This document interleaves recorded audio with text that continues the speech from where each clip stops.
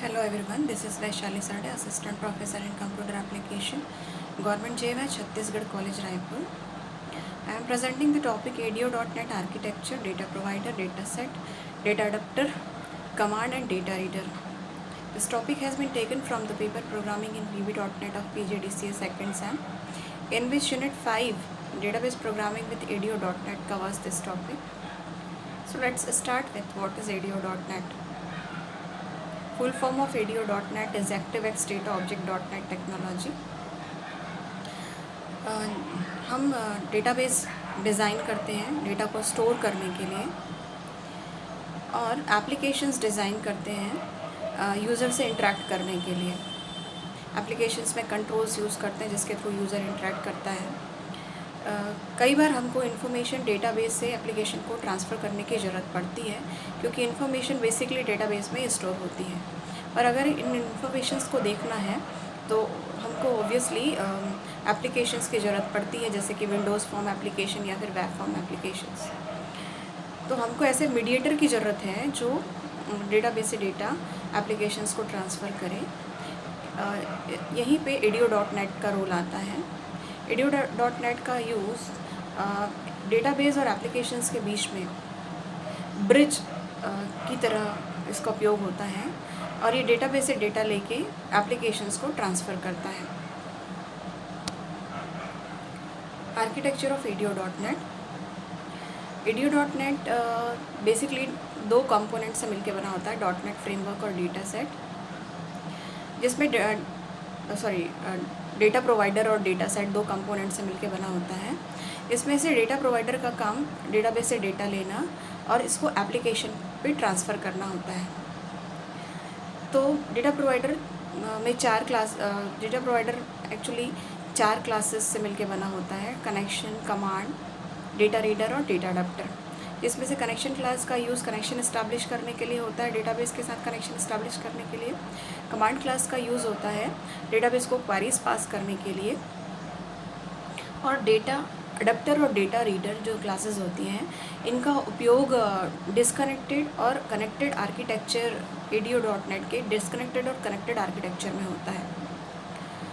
Data set data adapter के साथ मिलके डिस्कनेक्टेड आर्किटेक्चर में काम करता है. डेटा सेट एक्चुअली टेबल्स और रिलेशंस का कलेक्शन होता है, और ये डेटाबेस से आने वाला जो डेटा होता है उसको स्टोर करके रखता है. तो डेटा अडैप्टर और डेटा सेट डिस्कनेक्टेड आर्किटेक्चर में यूज़ होते हैं, और डेटा रीडर यूज़ होता है कनेक्टेड आर्किटेक्चर में.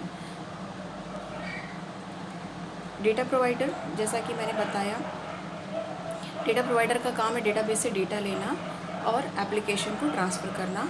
तो ये जो 4 क्लासेस से मिलकर बना होता है: connection, command, data reader, data adapter. Connection database के साथ इस्टेब्लिश करता है. कमांड क्लास जो क्वेरीज़ को एग्जीक्यूट करता है. Data reader class connected architecture में डेटाबेस से डेटा लेता है और एप्लीकेशन को ट्रांसफ़र करता है. Data adapter class disconnected architecture में वर्क करता है, और इसका ये select, insert, update, delete queries जो होती हैं उनके थ्रू डेटाबेस से कम्युनिकेट करता है. बेसिकली ये क्वेरीज़ जो होती हैं वो कमांड क्लास के थ्रू एग्जीक्यूट होती हैं, और डेटा अडैप्टर इन क्वेरीज़ के थ्रू डेटा लेता है डेटाबेस से और डेटा सेट को ट्रांसफ़र करता है. नेम स्पेस, हम जैसा डेटाबेस यूज़ करते हैं उस हिसाब से हमको नेम स्पेस यूज़ करना पड़ता है. नेम स्पेसेस एक्चुअली ग्रुपिंग है, और ये जो ग्रुपिंग है वो एज अ बेस वर्क करती हैं अलग अलग डेटाबेसेस के लिए. जैसे SQL सर्वर के लिए जो नेम स्पेस यूज़ होता है वो system.data.sql क्लाइंट. OLEDB के लिए नेम स्पेस यूज़ होता है वो system.data.OLEDB है. ODBC के लिए नेम स्पेस यूज़ होता है वो है system.data.ODBC.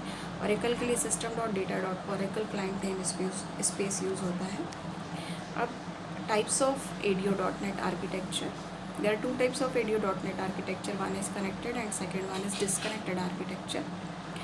कनेक्टेड आर्किटेक्चर में डेटाबेस और ADO.NET के बीच में ADO.NEट टेक्नोलॉजी और डेटाबेस के बीच में हमेशा कनेक्शन बना रहता है, या फिर कहिए कि एप्लीकेशन और डेटाबेस के बीच में हमेशा कनेक्शन बना रहता है, कनेक्शन क्लोज नहीं होता है. और ये फॉरवर्ड ओनली और रीड ओनली आर्किटेक्चर है. मतलब आप डेटाबेस से डेटा तो ले सकते हैं परंतु डेटाबेस को मॉडिफाई नहीं कर सकते हैं। तो ये वन वे कम्युनिकेशन है। जो ऑब्जेक्ट इसमें यूज़ होता है वो डेटा रीडर है। डिस्कनेक्टेड आर्किटेक्चर में डेटाबेस से डेटा लेते हैं और उसको एक टेम्प्रेरी स्टोर में डाल देते हैं। वो temporary store basically data set objects होते हैं और एक बार डेटा सेट को ट्रांसफ़र हो जाता है उसके बाद कनेक्शन क्लोज हो जाता है। तो डिटेल में देखते हैं कि ये आर्किटेक्चर्स कैसे काम करते हैं। सबसे पहले डिस्कनेक्टेड आर्किटेक्चर। डिस्कनेक्टेड आर्किटेक्चर में जो बेसिक रोल होता है वो डेटा अडैप्टर का होता है। ये एज अ ब्रिज वर्क करता है डेटा बेस और एप्लीकेशन के बीच में। इसका काम है डेटाबेस से डेटा लेना और एप्लीकेशन को ट्रांसफ़र करना।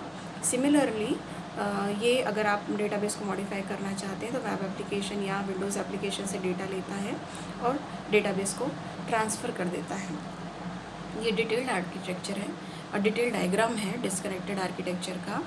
यहाँ पे डेटा अडैप्टर और कनेक्शन क्लास दिखाई गई है। डेटा अडैप्टर सबसे पहले कनेक्शन क्लास से के थ्रू डेटाबेस से कनेक्शन इस्टेब्लिश करता है और क्वारीज़ के थ्रू डेटाबेस से डेटा लेके डेटा सेट को ट्रांसफ़र कर देता है।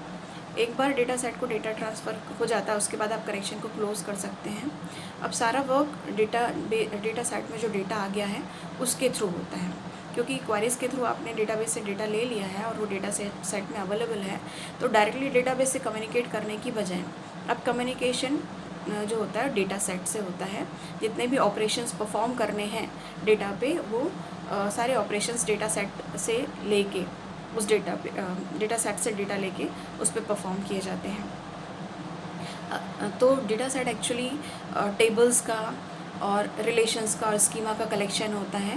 ये टेबल्स, रिलेशंस, स्कीमा एक्चुअली जो क्वेरीज आपने पास की डेटाबेस को, उस क्वेरीज से जो रिज़ल्ट आया है उससे जनरेट होते हैं। सो जो भी रिज़ल्ट है वो डेटा सेट में स्टोर्ड होता है और ऑब्वियसली रिज़ल्ट में टेबल्स होंगे, रिलेशंस होंगे और इनका स्कीमा डिज़ाइन भी अवेलेबल होता है। तो इस रिज़ल्ट पे आप .NET एप्लीकेशन के थ्रू काम कर सकते हैं। कई बार हमको कंप्लीट डेटा की रिक्वायरमेंट नहीं होती, हमको कुछ पोर्शन ऑफ डेटा चाहिए होता है। That is also called as filtered data.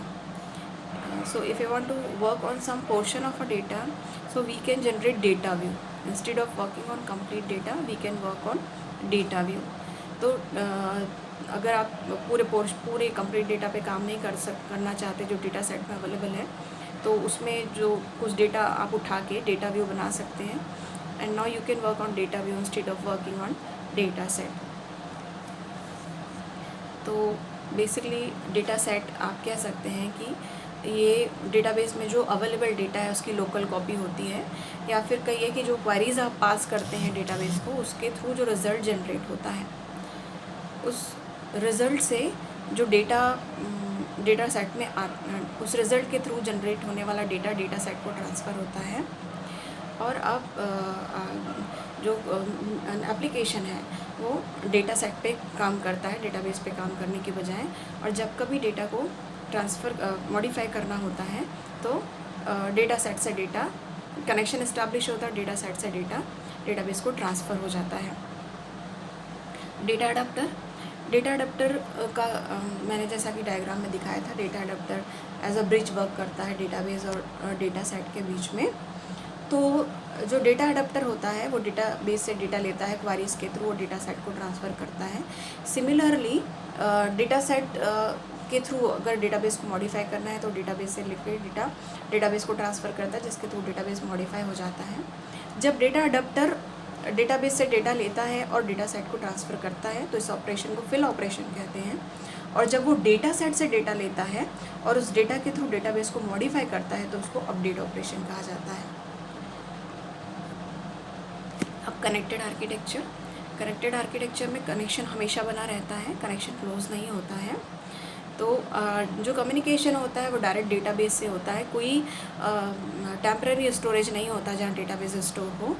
तो इसमें डेटाबेस को क्वेरीज पास होती हैं और उसका रिज़ल्ट एप्लीकेशन को ट्रांसफ़र होता है रो बाय रो। तो डेटा रीडर का रोल कनेक्टेड आर्किटेक्चर में आता है। तो डेटा रीडर जो क्लास होती है, जैसा कि मैंने फर्स्ट डायग्राम में आर्किटेक्चर का दिखाया था, डेटा रीडर जो क्लास होती है वो कमांड क्लास का यूज़ करके डेटाबेस को क्वेरीज पास करता है डेटा रीडर ऑब्जेक्ट। वहाँ से जो डेटा ट्रांसफ़र डेटाबेस से डेटा लेने के बाद जो क्वेरीज़ का रिज़ल्ट होता है वो एक्चुअली डेटाबेस से वापस जाता है एप्लीकेशन को, लेकिन रो बाय रो जाता है, कंप्लीट रिज़ल्ट नहीं जाता। एट द टाइम एक ही रो एप्लीकेशन रीड कर सकता है।